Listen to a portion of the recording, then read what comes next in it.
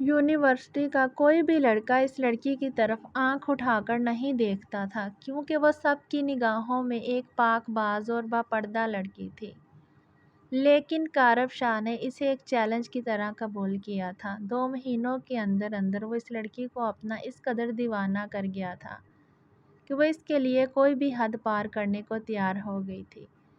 اس پر اپنی بے پناہ دولت لٹا کر وہ اپنی شرط کی جیت جانے کا جشن منا رہا تھا۔ ہر روز ملنے والے نئے سے نئے اور مہنگے سے مہنگے گفٹ نے اسے بے حد متاثر کیا تھا۔ اس کی پرسنالٹی کے ساتھ ساتھ وہ اس کی دولت پر بھی بری طرح سے فدا ہو گئی تھی۔ وہ اسے نہ جانے کتنے خواب دکھا کر اپنے بستر تک لے آیا تھا۔ 2 ماہ کے لمبے سفر کے بعد آخر کارب شاہ کو اس کی منزل مل گئی اور اسے بھی استعمال کر کے وہ کسی ٹیشو پیپر کی طرح پھینک چکا تھا۔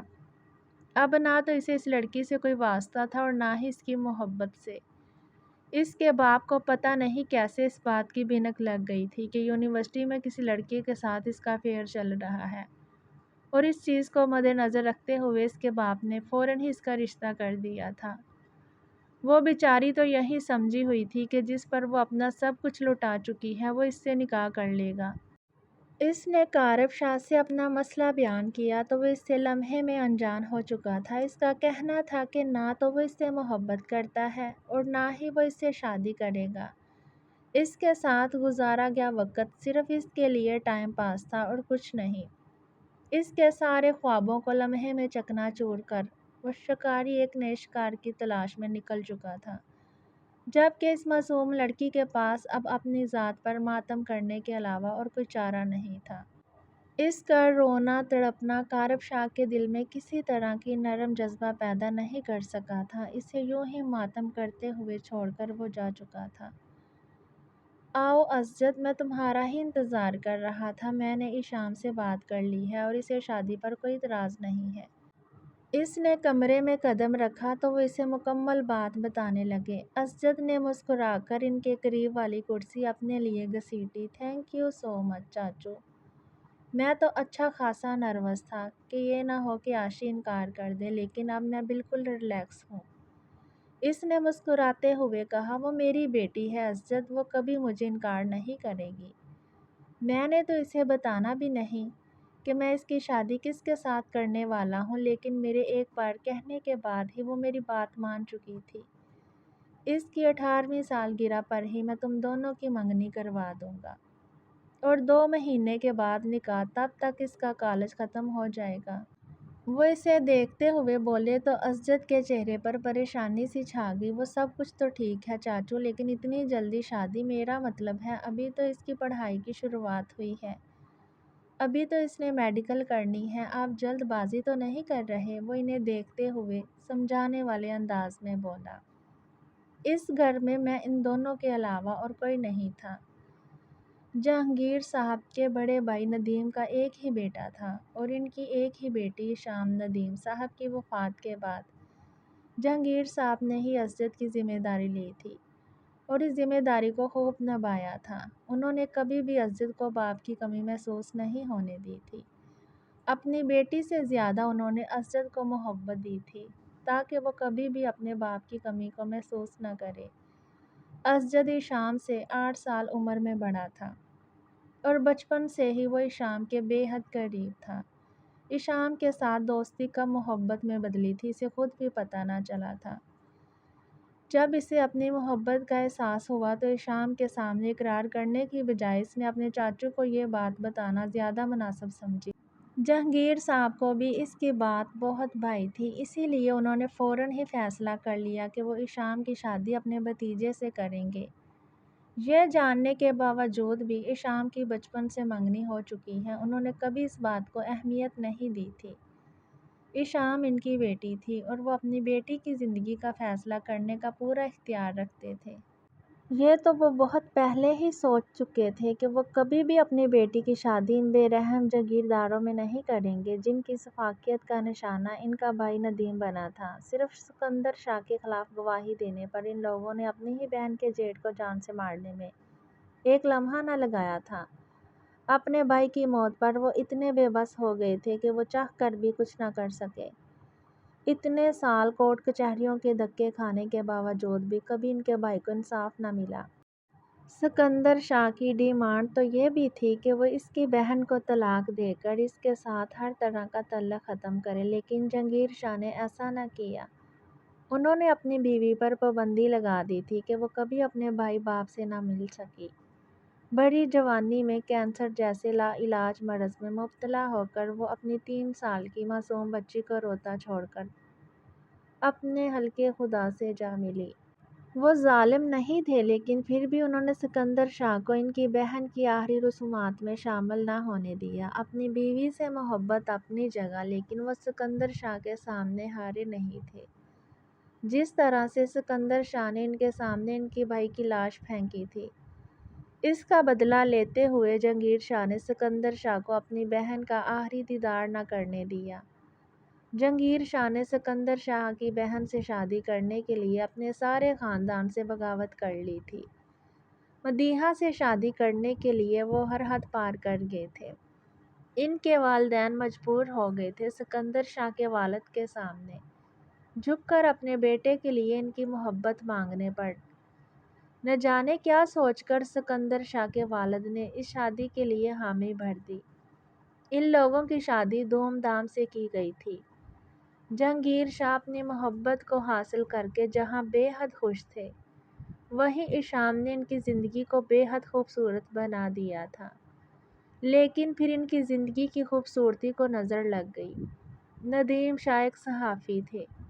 وہ ہمیشہ حق کے لیے آواز اٹھاتے تھے۔ جب ان کے بھائی نے سکندر شاہ کو اپنے ہی ڈرائیور کا قتل کرتے ہوئے دیکھ لیا اور سچائی کا ساتھ دیتے ہوئے ندیم شاہ نے سکندر شاہ کے خلاف گواہی دی تھی تاکہ اس ڈرائیور کو انصاف مل جائے، اس علاقے میں سکندر شاہ کے خلاف آواز اٹھانے والے کو ہمیشہ کے لیے خاموش کروا دیا جاتا تھا، اور ایسا ہی ہوا تھا۔ وہ ہمیشہ سے رائٹ کا ساتھ دیتے تھے اور ہمیشہ انہوں نے ایسا ہی کیا۔ سکندر شاہ سیاست کا ایک روشن ستارہ تھا اور اس کی ساری خبریں منظر عام پر لانا وہ اپنا فرض سمجھتے تھے، یہاں تک کہ جب سکندر شاہ کی پہلی بیوی گھر سے بھاگ گئی تو انہوں نے اچھے صحافی ہونے کے ناطے اس رپورٹ کو سامنے رکھ دیا، جو کہ سکندر شاہ کے غصے کی وجہ بن گیا، اور اس کے بعد ندیم شاہ کو بھی خاموش کر دیا گیا تھا ہمیشہ کے لیے، جس کے بعد دونوں خاندانوں میں ایک سرد جنگ چھڑ گئی۔ مدیحہ ان کے من چاہی بیوی ہونے کے باوجود بھی 3 سال اپنے شوہر کے دل میں جگہ بنانے میں ناکام رہی، اور پھر کینسر جیسی بیماری میں مبتلا ہو کر انہیں ہمیشہ کے لیے تنہا چھوڑ گئی۔ ان کی موت کے بعد سکندر شاہ سے وہ ہر طرح کا تعلق ختم کر چکے تھے، اور جو تعلق ختم نہیں ہوا تھا وہ تھا وہ رشتہ جو ایشام اور جاگیردار دلاور شاہ کے درمیان طے ہوا تھا، اور انہیں یقین تھا وہ رشتہ ضرور بولے گا۔ اسی لیے وہ چاہتے تھے کہ جب تک دلاور شاہ واپس آئے تب تک وہ ایشام کی شادی کر دیں۔ ایشام ان کا خون بھی انہیں بے حد عزیز تھی، وہ اس سے بہت محبت کرتے تھے، لیکن وہ اسے خود سے دور رکھتے تھے کیونکہ اس کا چہرہ اس کی ماں سے بے حد درجہ مشابہت رکھتا تھا۔ ایشام کو دیکھ کر انہیں مدیحہ کی یاد آتی تھی۔ وہ مدیحہ سے اتنی محبت کرتے تھے کہ اس کے جانے کے بعد بھی انہوں نے کبھی دوسری شادی کا خیال اپنے دل میں نہیں لایا۔ مدیحہ ہی ان کے لیے ان کی پہلی اور آخری محبت تھی، لیکن مدیحہ کے لیے وہ اپنے بھائی کا قتل معاف نہیں کر سکتے تھے۔ یہی وجہ تھی کہ وہ ایشام سے بھی کبھی کھل کر بات نہیں کر پائے۔ وہ اس کے ساتھ وقت نہیں گزار سکتے تھے اور نہ ہی اسے محبت سے مخاطب کرتے تھے، لیکن اس کا یہ مطلب ہرگز نہیں تھا کہ وہ ان کے لیے اہم نہیں تھی، اور وہ جانتے تھے کہ اس کے لیے انہیں ایک جنگ لڑنی ہوگی، اور اپنی بیٹی کے لیے وہ ہر طرح کی جنگ لڑنے کو تیار تھے۔ وہ کمرے میں واپس آئی تو آسیہ بیگم ابھی تک اس کے انتظار میں بیٹھی تھی۔ ندیم صاحب کی موت کے بعد وہ بالکل بے آسرا بے سہارا ہو چکی تھی، لیکن جاگیر نے اپنے بھتیجے اور بھابھی کو لوگوں کے دروازے پر رلنے نہ دیا۔ ندیم صاحب کی موت کے بعد انہوں نے اپنی بھابھی اور بھتیجے کی ذمہ داری خود اٹھا لی تھی۔ وہ انہیں اپنے گھر لے آئے تھے۔ مدیحہ کے ساتھ جہانگیر کا رویہ دیکھ کر وہ اکثر انہیں سمجھایا کرتی تھی کہ اس سب میں مدیحہ کی کوئی غلطی نہیں ہے، لیکن جہانگیر صاحب شاید ان کی کوئی بھی بات سمجھنا ہی نہیں چاہتے تھے۔ انہوں نے انہیں صاف کہہ دیا کہ وہ اپنی اور اپنی بیوی کے معاملات میں کسی طرح کی مداخلت برداشت نہیں کریں گے، اور اس دن کے بعد وہ خاموش ہو گئی تھی۔ مدیحہ کی بیماری کے دوران وہ اس کے ساتھ ہی رہی۔ جہانگیر نے ہر ممکن طرح سے ان کا علاج کروانے کی کوشش کی تھی، لیکن شوہر کے رویے کی وجہ سے ان کے اندر سے شاید جینے کی خواہش ہی ختم ہو چکی تھی۔ جہانگیر شاہ نے اگر کسی کے ساتھ ناانصافی کی تھی تو وہ صرف مدیحہ ہی تھی۔ وہ اسے قاتل کی بہن کہہ کر پکارا کرتے تھے، لیکن انہیں کبھی احساس ہی نہ ہوا کہ اپنی ہی محبت کے قاتل تو وہ خود بھی ہیں۔ کیا ہوا میری جان، تم تو کافی نروس لگ رہی ہو۔ سب ٹھیک تو ہے نا؟ تمہارے بابا جان نے تمہیں کیوں بلایا تھا؟ نیچے خیریت تو ہے نا؟ آسیہ بیگم اس کے قریب بیٹھتے ہوئے پوچھنے لگی تو وہ شرماتے ہوئے ان کے سینے سے لگ گئی۔ اس کا دل اس وقت بہت عجیب ہو رہا تھا۔ گھر میں اس کی شادی کی باتیں چل رہی تھی، اور شادی کس سے ہو رہی تھی؟ اس کے بچپن کے دوست کے ساتھ۔ وہ انسان جو اسے پوری طرح سمجھتا تھا، اس کے بارے میں سب کچھ جانتا تھا۔ اسے ہی دیکھ کر تو ایشان کے اندر ڈاکٹر بننے کی خواہش جاگی تھی۔ ہاں، یہ سچ ہے کہ اس نے اسجد کے بارے میں کبھی بھی اس طرح سے نہیں سوچا تھا۔ وہ اسے ہمیشہ سے اپنے بھائی ایک اچھے دوست کی نظر سے ہی دیکھتی تھی، لیکن بات یہاں تک آ جائے گی یہ اس کے وہم و گمان میں بھی نہیں تھا۔ بڑی ماما، بابا اس سالگرہ پہ میری منگنی کرنے والے ہیں۔ وہ انہیں دیکھتے ہوئے نظریں جھکا کر بولی تو وہ حیرانگی سے اسے دیکھنے لگی۔ اسجد نے اپنے دل کی بات ان سے شیئر کی تھی۔ یہ کچھ دن پہلے کی بات ہی تھی جب اس نے انہیں بتایا تھا کہ شام اس کے دل میں ایک الگ مقام حاصل کر چکی ہے۔ آج کل میں وہ جہانگیر صاحب سے اس بارے میں بات کرنے کا سوچ رہی تھی، لیکن شاید جہانگیر صاحب اپنی بیٹی کے لیے کوئی اور ہی فیصلہ کر چکے تھے۔ یہ بات تو وہ انہیں کافی وقت پہلے ہی بتا چکے تھے کہ وہ جلد سے جلد اپنی بیٹی شام کی شادی کسی اچھی جگہ کر دینا چاہتے ہیں، اس سے پہلے کہ جاگیرداروں کی نظر ایک بار پھر سے ان کی بیٹی پر اٹھے۔ اس سے پہلے ہی وہ اس کے لیے ایک مناسب فیصلہ کرنا چاہتے ہیں جو ان کی بیٹی کے فیوچر کے لیے اچھا ثابت ہو۔ وہ اپنی بیٹی کو لے کر کافی پریشان تھے۔ ان کو بھی جہانگیر صاحب کا فیصلہ بالکل ٹھیک لگا تھا، لیکن ان کا بیٹا شام کے لیے ایسے جذبات رکھتا ہے یہ جان کر انہیں خوشی ہوئی تھی، اور وہ اس سلسلے میں جہانگیر سے بات کرنے والی تھی، لیکن شاید وہ کوئی اور ہی فیصلہ کر چکے تھے۔ تمہارے بابا نے کیا تمہیں بتایا ہے کہ تمہاری شادی کس کے ساتھ ہونے والی ہے؟ وہ اسے دیکھتے ہوئے پوچھنے لگی۔ آخر انہیں بھی تو اپنے بیٹے کو کوئی وجہ دینی تھی۔ مجھے نہیں پتا، آپ اسجد بھائی سے خود پوچھ لیجئے گا۔ اس نے شرماتے ہوئے اپنا سر تکیہ میں چھپا لیا تو آسیہ بیگم کو خوشگوار حیرت ہوئی۔ کیا مطلب؟ تم یہ کہنا چاہتی ہو کہ اسجد کے ساتھ؟ خوشی کے مارے ان کے منہ سے الفاظ تک ادا نہیں ہو پا رہے تھے، جبکہ ایشان تو جیسے کچھ بھی بولنے کی کنڈیشن میں ہی نہیں تھی۔ اس کا شرمایا گھبرایا روپ دیکھ آسیہ بیگم نے بے اختیار اس کے ماتھے کو چوم لیا تھا۔